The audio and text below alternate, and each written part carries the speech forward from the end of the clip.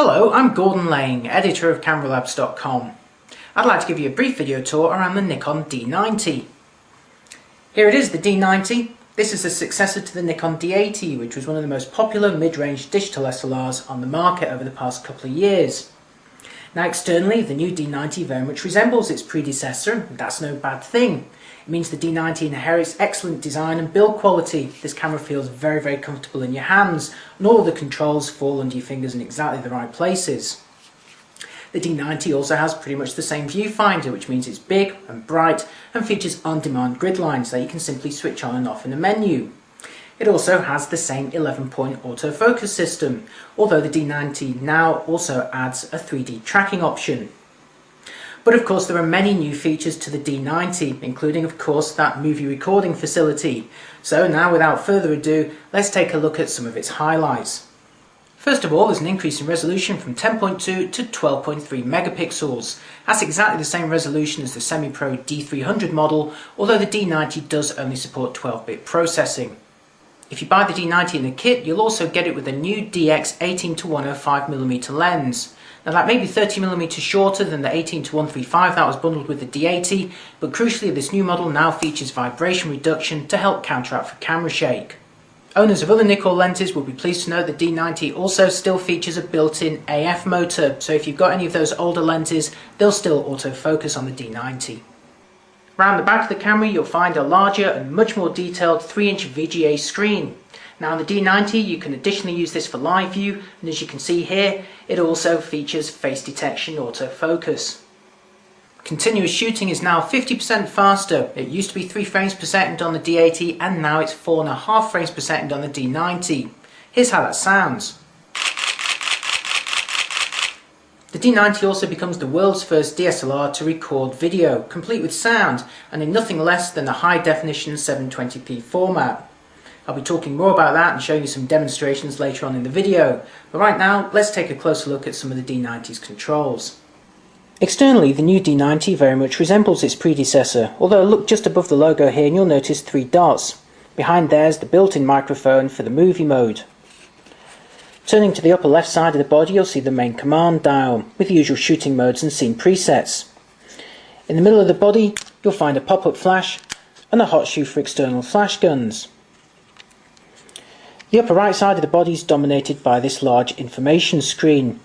This is very easy to view whether you're in direct sunlight or in darker conditions, and around it you'll notice direct buttons for adjusting various options like the autofocus mode, the drive mode, the exposure compensation or the metering.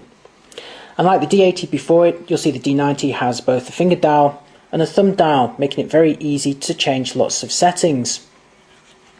Round the back of the camera to the right of the screen you'll notice 2 of the new buttons over its predecessor, one dedicated to firing up the live view mode that I'll be showing you in just a moment, and below there the info button. Press that and the D90 will give you a wealth of shooting information here. Press the info button once more and you'll see this bar at the bottom become highlighted. This is the quick access bar, which as its name suggests gives you very quick access to the following settings.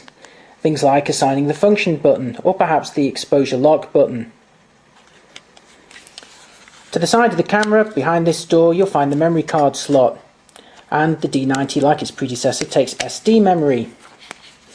Below the body the battery compartment, here the rechargeable lithium ion pack, although notice that if you are going to be using live view and especially that movie mode, make sure you carry a spare because it does eat through the battery quite quickly. Finally, to the side of the body you'll find this flap hiding the various ports. At the top here a DC input, next to that a USB output, here an AV port. Notice the addition of A for audio, that's for the video mode, and next to that an HDMI port for connection to high definition TV sets. And finally just under here an additional port for connecting either an optional cable release or the optional GPS accessory that clips to the top of the D90. Like most new DSLRs, the D90 is equipped with live view facilities. That's an upgrade over its predecessor, and the implementation is also a bit simpler than previous Nikon DSLRs. To enter live view you simply press the LV button to the top right corner of the screen. Now you'll see the live view in front of the camera, and to prove that I'll just wiggle my fingers in front of the lens. Now you'll notice in the top right corner of the screen an actual time remaining indicator. This shows you how much filming time you've got if you are now going to put the D90 into video recording, and I'll show you more about that in just a moment. For now though, let's see what graphics you can overlay on the screen. If I press the info button to the bottom right corner, you'll see you can switch off that superimposed information. Press it once more and you can overlay an alignment grid. Press it again though and you're back to that first screen. Unfortunately there's no live histogram on the D90. In terms of autofocus during live view on the D90, it's a contrast based system only, so there's none of that mirror flipping up and down with the noise and interruption to the image. However, contrast based systems can be quite slow. Here's how it works in practice, and have a look at that square in the middle that's coloured red. If I half press the shutter release button to autofocus, you'll see that frame now turn green to indicate that it is in focus, but you'll also notice that it took a few seconds to do so. What you can do with a contrast-based system though is just move this square to a different area if you'd prefer to focus on that instead. Here we go again. Again, that took a few seconds. The D90 also allows you to place this frame over any area you want and magnify it to actually see what's going on. If I press the magnify button in the bottom left corner of the screen, we can take a closer look at this area. Here we are at the maximum magnification, and again you can autofocus at this point or use this mode as manual focus assistance. Now I'm just turning the manual focusing ring on the lens, and as you can see it's possible to get that pretty close. The headline grabbing new feature of the Nikon D90 is its movie recording mode, and it in fact becomes the very first DSLR in the world to offer the facility. You're watching an example of it right now. I'm stood about 2 feet in front of the Nikon D90 and you're watching video and audio recorded by the camera. To start recording video on the D90, first of all put it into live view mode, then simply press the OK button to start recording and the OK button to stop again. The following sequences were all filmed using the D90's HD movie mode and all using the standard kit lens. Note that once you do start filming video with the D90 though, it becomes manual focus only. This first sequence was taken from a tripod and it looks fairly smooth. You can of course manually zoom the lens while you're filming, but it's difficult to do so smoothly, so sometimes it's best to just crash in and out quickly. Much more effective are when you're actually exploiting the D90's potentially shallow depth of field. This allows you to focus from one subject to another as I'm doing here, and this is something that's very difficult to achieve with a normal camcorder. Here's another example of the same effect, although notice the banding in the background due to the artificial light. This banding is in this clip again, and if you are interested in that shallow depth of field, it's best to use a lens with a brighter focal ratio. Another trick is to manually focus on a fixed point and let the action come to you. Here I've manually focused on a point very close to the camera, and as the subject gets closer it becomes sharper. Now where the D90's movie mode doesn't work so well is when you're trying to hand hold it and also zoom while you're filming. That's what I'm trying to do here, and you can see it's very difficult to hold the camera steady while zooming, and there's also some very undesirable motion artifacts.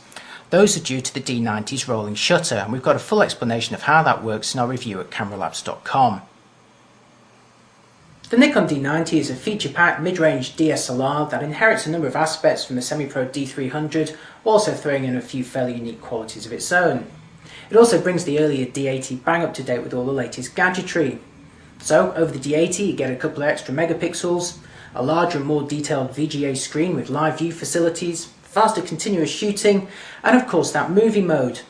Now, as you saw a moment ago, the movie mode is not without its limitations, and certainly if you were to shoot with it as you would a normal camcorder, you'll invariably be disappointed. But use it properly and you can get some really nice effects. It should also be pointed out though that as a traditional stills camera, the D90 handles really beautifully and is capable of delivering some excellent results.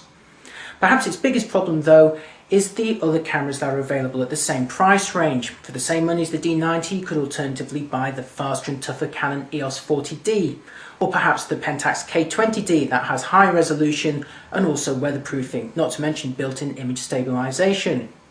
So as always, if you're thinking about buying this camera, you have to really carefully weigh up the various features.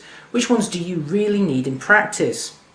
Now to help you do that, we've compared the D90 against its key rivals in our full review at cameralabs.com.